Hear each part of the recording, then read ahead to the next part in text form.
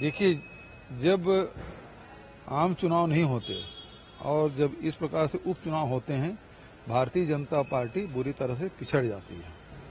आप राजस्थान में आप देखें, आपने उसको मंत्री बनाया, मंत्री के रूप में चुनाव लड़ाया, लेकिन वो फिर भी हार गए। तो ये बहुत सारे संकेत।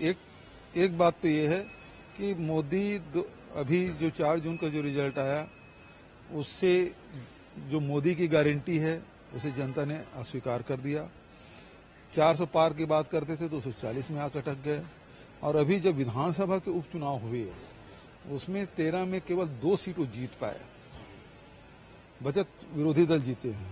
इसका मतलब यह है कि उसका जनाधार खिसक रहा है, लोकसभा में भी और राज्यों में भी।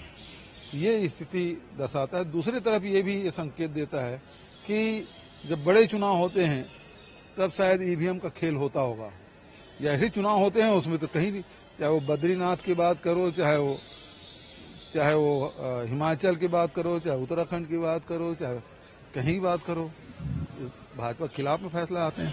सब प्रधानमंत्री ने विपक्ष पर पलटवार किया है। बुनियादी ढांचा परियोजना की गति बढ़ाने की, नौकरी बढ़ेगी कहा है, और मुंबई को फिटनेस राजधानी बनाने की बात की है। सारे उद्योग तो गुजरात ले गए। उद्धव ठाकरे जी क्या बोल रहे थे, यहाँ की जितनी परियोजनाएं वो सबको गुजरात ले जा रहे हैं।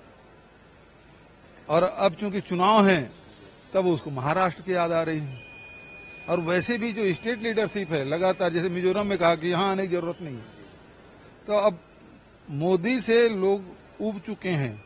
तो स्टेट लीडरशिप जैसे मिजोरम में बोले, उसी प्रकार से अन्य राज्यों से भी खबरें आ रही है कि हमारे यहाँ ना आए, क्योंकि महाराष्ट्र में जितने जगह गए सब जगह हार गए।